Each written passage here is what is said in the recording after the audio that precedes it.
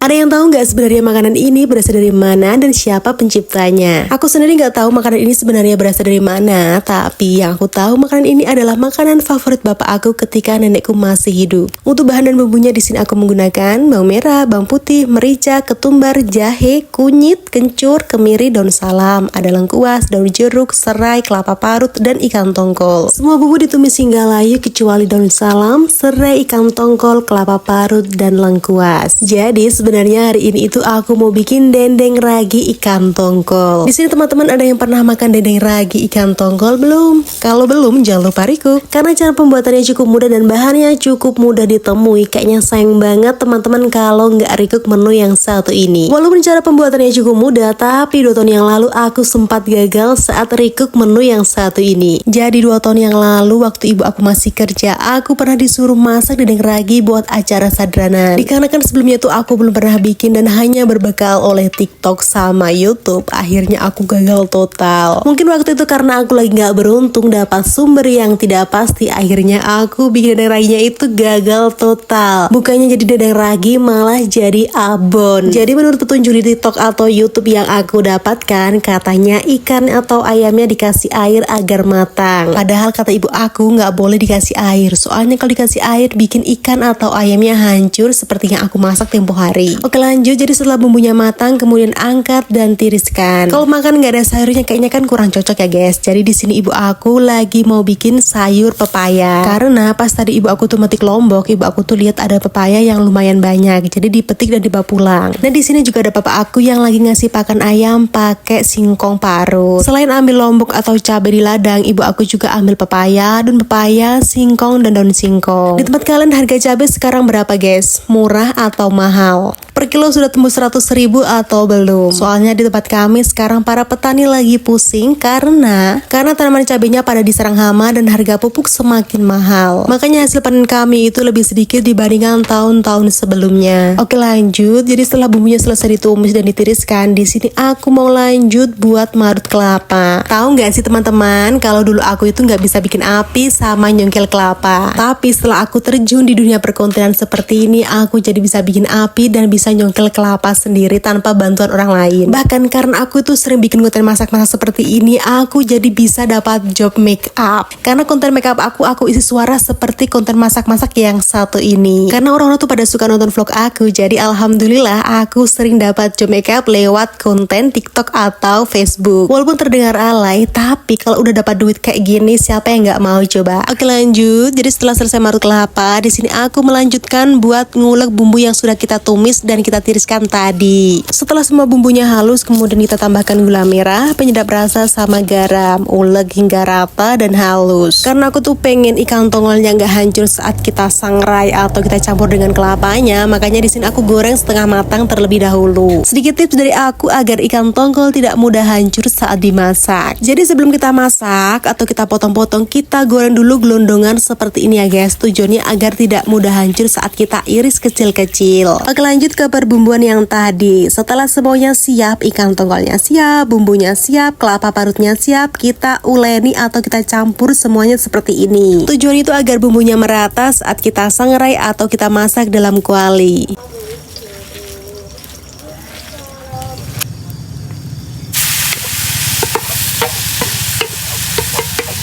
Jadi sebenarnya bikin dendeng ragi itu ada 2 versi ya guys. Ada yang bumbu mentah dan ada juga yang bumbu matang seperti aku. Jadi buat teman-teman yang lagi belajar bikin dendeng ragi, mending pakai resep yang aku pakai hari ini agar tidak langu dan resiko gagalnya itu sangat sedikit. Cara mengetahui dendeng raginya sudah matang atau belum itu dilihat dari tekstur kelapa parutnya ya guys. Kalau kelapanya sudah mengeluarkan minyak, itu tandanya sudah matang. Ternyata hari ini ibu aku tuh bikin kelmet nangka atau lemet nangka. Jadi menu berbuka puasa kami sekarang lebih lengkap ya guys, ada lemet nangka, ada sayur pepaya, dan ada dendeng ragi. Karena waktu berbuka puasa sudah tiba, jadi di sini aku mau buka puasa terlebih dahulu. Sekian mini vlog dari aku, orang Temanggung bagian pelosok. Sampai jumpa besok, dadah.